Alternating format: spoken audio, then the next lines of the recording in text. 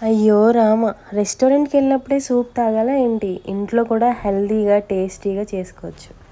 అది కూడా మైదా, కార్న్‌ఫ్లోర్ లేకుండా. ఈ రెసిపీ ఫస్ట్ టైం మా మావయ్య గారు చెప్పారు. బార్లీ పౌడర్ యూజ్ చేసి వెజిటబుల్ సూప్ చేయొచ్చని. మన ఆరోగ్యాన్ని సంరక్షించే ఈ సూప్ని ఎలా చేసుకోవాలంటే, ముందుగా ఒక క్యారెట్, టమాటా తీసుకుని చిన్న చిన్న ముక్కలుగా చేసుకోండి.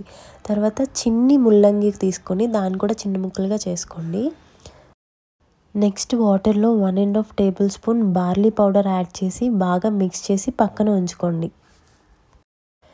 మనం ముందుగా కట్ చేసి పెట్టుకున్న వెజిటబుల్స్ని కుక్కర్లో ఉడికించి బార్లీ వాటర్ని అందులో యాడ్ చేసి బాగా బాయిల్ అవ్వనివ్వండి. ఇదిగో ఈ 4 పాలకూర ఆకులను కూడా కట్ చేసి వేసుకోండి. టేస్ట్ బాగుంటుంది. మనం బార్లీ వాటర్ యాడ్ చేసిన తర్వాత దీన్ని ఒక 10 మినిట్స్ వరకు బాగా మరిగించాలి.